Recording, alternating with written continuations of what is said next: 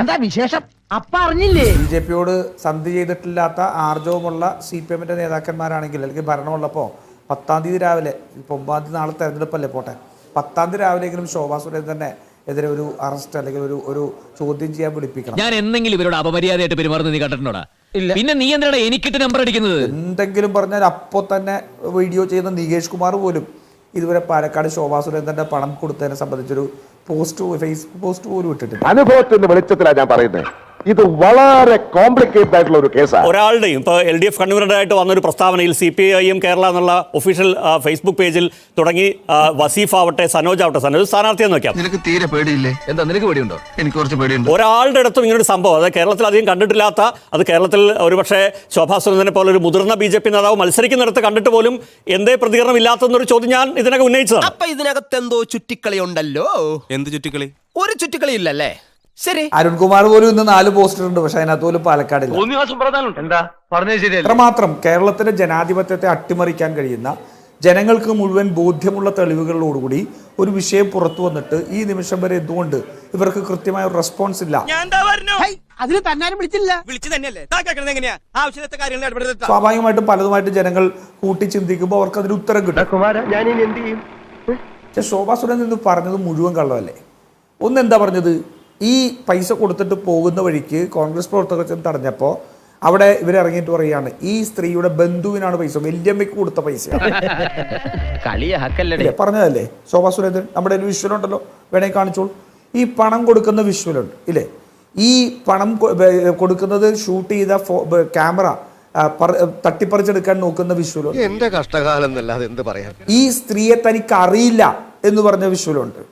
അതുപോലെ തന്നെ ഈ സ്ത്രീ ഇരിക്കുന്നു പറഞ്ഞ ഒരു നിഴലായിരിക്കും എന്ന് പറഞ്ഞ വിഷ്വലുണ്ട്.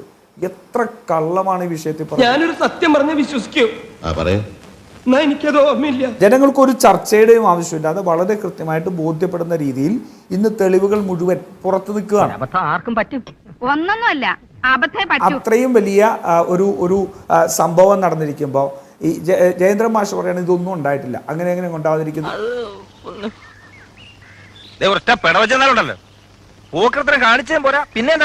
ആ സ്ത്രീയോട് ചെന്ന് ചോദിച്ചപ്പോൾ ഇവർ മാറ്റി പറഞ്ഞിട്ടും തെരഞ്ഞെടുപ്പ് ഉദ്യോഗസ്ഥർ ചെയ്തത് എന്താ? അതിൽ അന്വേഷണം ആവശ്യമാണെന്ന് പറഞ്ഞാൽ അന്വേഷണം എടുത്തു, റിപ്പോർട്ട് കൊടുത്തു. അത് സംബന്ധിച്ച് അന്വേഷണം മുന്നോട്ട് കൊണ്ടുപോകാനായിട്ട് കളക്ടർ ഉത്തരവിട്ടിരിക്കുകയാണ്. ശോഭാ സുരേന്ദ്രൻ എന്ന് പറയുന്ന ആളെ ഇനി ഈ തെരഞ്ഞെടുപ്പിലും അടുത്ത തെരഞ്ഞെടുപ്പിലും, ഈ തെരഞ്ഞെടുപ്പ് എന്തായാലും തോക്കും, അതിനകത്ത് സംശയമൊന്നുമില്ല.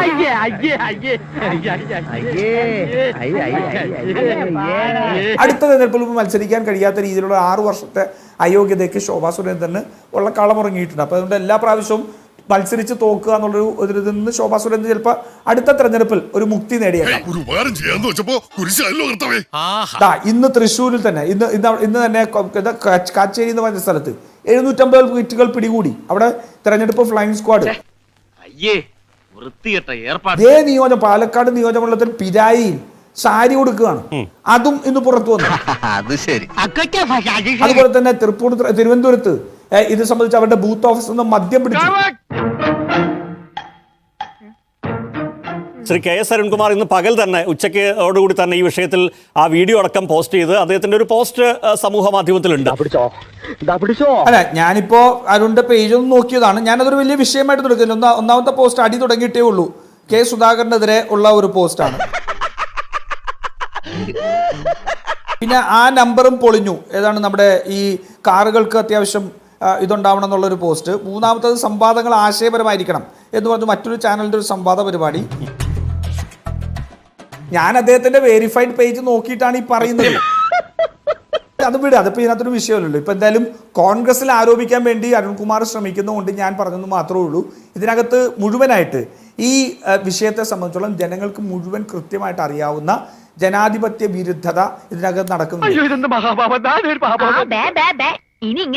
കേരളത്തിൽ BJP എത്ര ശ്രമിച്ചാലും ഒരു സീറ്റ് പോലും ജയിക്കാൻ കഴിയില്ല. എത്ര പണം നിങ്ങൾ അവിടെ വിതരണം ചെയ്താലും എന്തൊക്കെ ചെയ്താലും കഴിഞ്ഞ ഉപതെരഞ്ഞെടുപ്പിൽ ലഭിച്ച വോട്ടിനേക്കാൾ കുറവ്, അതിനേക്കാൾ വലിയ ഭൂരിപക്ഷത്തോടുകൂടി UDF അവർ ജയിക്കുന്ന കാര്യത്തിൽ നിങ്ങൾക്ക് യാതൊരു തർക്കവും വേണ്ട. അപ്പോൾ അവിടെ കേരളത്തിൽ നിന്ന് ഇവർ സംഭവിച്ചുകൊണ്ടിരിക്കുന്നത് പണം കൊണ്ട് ജനാധിപത്യത്തെ വിലയ്ക്ക് വാങ്ങാൻ കഴിയുമോ എന്നുള്ള ശ്രമമാണ് ഇവർ നടത്തിക്കൊണ്ടിരിക്കുന്നത്. അത് ഒരിടത്ത് മാത്രമല്ല, മറ്റു പല സ്ഥലങ്ങളിലും നടന്നു. എല്ലായിടത്തും BJP ഇത്തരത്തിലുള്ള ജനാധിപത്യ വിരുദ്ധതയ്ക്ക് മുന്നോട്ട് നിൽക്കുന്നുണ്ട്. പിന്നെ അരുൺകുമാർ ഇവിടെ സൂചിപ്പിച്ച ചില കാര്യങ്ങൾ, എൻ്റെ കോൺഗ്രസും BJPയുമായിട്ടും ഒക്കെ പറയുന്ന കാര്യങ്ങളൊക്കെ പറയുന്നുണ്ട്. ഇത് കേരളത്തിൽ ജനങ്ങൾക്ക് ഇവർക്കെതിരെ ഒന്നും പറയാൻ കഴിഞ്ഞില്ലെന്നാണ്. ഇവർക്കെതിരെ എന്താ പറയാൻ കഴിയാത്തത്? ഈ പറഞ്ഞ ഈ സംസ്ഥാന സർക്കാരിന്റെ കഴിഞ്ഞ 10 വർഷത്തെ മുഴുവൻ വീഴ്ചകളും ഞങ്ങൾ മുന്നോട്ട് വെച്ചിട്ടുണ്ട്. മുഴുവൻ വീഴ്ചകൾ തീർന്നിട്ടില്ല, ബാക്കി വന്നിട്ട് തരുന്നുണ്ട്. ഞങ്ങൾ മുന്നോട്ട് വെച്ചു. തെരഞ്ഞെടുപ്പ് പ്രകടന പത്രികയിലെ ഏതാണ്ട് കഴിഞ്ഞ ദിവസം ഒരാൾ പറയുന്നുണ്ട് 30% അല്ല 3% മാത്രമേ നടത്താത്ത. നാം 3% ഏതൊക്കെയാണെന്നൊന്ന് പറ. നടത്താതെ പോയ 3% ഏതൊക്കെയാണെന്ന് പറ. ഒരു പൊതുപ്രവർത്തനം പരസ്യമായി അധിക്ഷേപിക്കരുത്. വിലക്കയറ്റം രാജ്യത്ത് ഇന്ന് ഏറ്റവും കൂടുതൽ നിലനിൽക്കുന്ന ഒരു സംസ്ഥാനമാണ് കേരളം. ബേപ്പൂർ മണ്ഡലത്തിലെ മാറാടിലെ ആരോപണം വളരെ വലിയ രസകരമായ ഒരു ആരോപണമാണ്. എന്താന്ന് വെച്ചാൽ, ഒരു ബൂത്ത് ഏജന്റ് ആയിട്ട് ഒരാൾ അയാൾ ഇരിക്കാൻ വേണ്ടിയിട്ട് ഇരിക്കരുതെന്ന് പറഞ്ഞുകൊണ്ട് അയാളുടെ അടുത്ത് ചെന്നിട്ട് ആവശ്യപ്പെട്ടു. അപ്പൊ അയാൾ ഇരിക്കില്ല എന്ന് പറഞ്ഞു. അപ്പോഴത്തേക്ക് വേഗം തന്നെ കോൺഗ്രസ് പ്രവർത്തകർ ബൈക്കിൽ കയറിയിട്ട് 4,500 നോട്ട് അദ്ദേഹത്തിന്റെ കടയ്ക്കകത്തോട്ട് എറിഞ്ഞു. എനിക്ക് മനസ്സിലാവുന്നില്ല, ഒരാള് ബൂത്ത് ഏജന്റ് ആയിട്ട് ഇരിക്കാൻ കഴിയില്ല എന്ന് പറഞ്ഞു കഴിഞ്ഞാൽ അപ്പൊ തന്നെ ബൈക്കിൽ കയറിയിട്ട് പോകുന്ന വഴി ബോംബാണോ എറിഞ്ഞത്? 4,500 നോട്ട് ഒരാളെ സ്വാധീനിക്കാൻ വേണ്ടി എറിയുന്നു. എന്താണ് ഒരു ആരോപണം ഉന്നയിക്കും? കുറച്ച് വേണമെങ്കിൽ ഒരു 50,000-ന്റെ 2 കെട്ട് വലിച്ചെറിഞ്ഞു വല്ലതും പറയണ്ടേ? 2,000 രൂപയ്ക്ക് വേണ്ടിയിട്ടൊക്കെ ഒരാൾ വന്ന് ബൂത്തിൽ കയറി ഇരിക്കും എന്നൊക്കെ പറയാൻ പറ്റുമോ? നേരിട്ട് എന്ന് പറഞ്ഞപ്പോൾ അങ്ങനെ പറഞ്ഞാൽ മതിയല്ലോ, എനിക്ക് ഇത്ര വന്നാൽ ഞാൻ ഇരിക്കാം എന്നൊക്കെ പറഞ്ഞാൽ പോരെ. ഇതെന്താണ് ഈ പറയാൻ ഉദ്ദേശിക്കുന്നത്? BJPയെ സംബന്ധിച്ചിടത്തോളം, കോൺഗ്രസിനെ സംബന്ധിച്ചിടത്തോളം ഈ തെരഞ്ഞെടുപ്പ് റിസൾട്ട് ഭയാനകമായ അല്ലെങ്കിൽ ഏറ്റവും കനത്ത തിരിച്ചടിയാണ് ഉണ്ടാകാൻ പോകുന്നത് എന്ന് വ്യക്തമായപ്പോൾ ഓരോ മണ്ഡലത്തിലും അവർ ഈ ജനാധിപത്യത്തെ അട്ടിമറിക്കാൻ നടത്തുന്ന ശ്രമങ്ങളാണ് ഇപ്പൊ കണ്ടുകൊണ്ടിരിക്കുന്നത്. അങ്ങനെ പറയരുത് സാർ. പിന്നെ എങ്ങനെ പറയണം? ഞാൻ നമ്മുടെ പാർട്ടിയുടെ ഇമേജ് വർദ്ധിപ്പിക്കാൻ വേണ്ടി ആലോചിക്കും. അപ്പോ ഒരു ഇലക്ഷൻ പെറ്റീഷനിലൂടെ മാത്രമേ ഇത്തരം കാര്യങ്ങൾ ചോദ്യം ചെയ്യാൻ കഴിയൂ. കാരണം ഇലക്ഷൻ നോട്ടിഫിക്കേഷൻ വന്നാൽ പിന്നെ റിസൾട്ട് വരണം. പക്ഷേ ഇവിടെ LDFന്റെ സ്ഥാനാർത്ഥി പരാതി കൊടുത്തിരിക്കുന്നു. ആ പരാതി കളക്ടർക്കാണ് സമർപ്പിച്ചത്. കളക്ടർ അതിൽ അന്വേഷണം ആരംഭിച്ചിരിക്കുന്നു. ഒന്നുകിൽ കാൻഡിഡേറ്റോ അല്ലെങ്കിൽ ചീഫ് ഇലക്ഷൻ ഏജന്റോ ആണ് പരാതി കൊടുക്കേണ്ടത്. ഇവിടെ കാൻഡിഡേറ്റും ചീഫ് ഇലക്ഷൻ ഏജന്റും ഒരുമിച്ച് പോയിട്ടാണ് പരാതി മുന്നോട്ട് പോയത്. ഇവിടം വരെ കൊണ്ടുവന്നില്ലേ?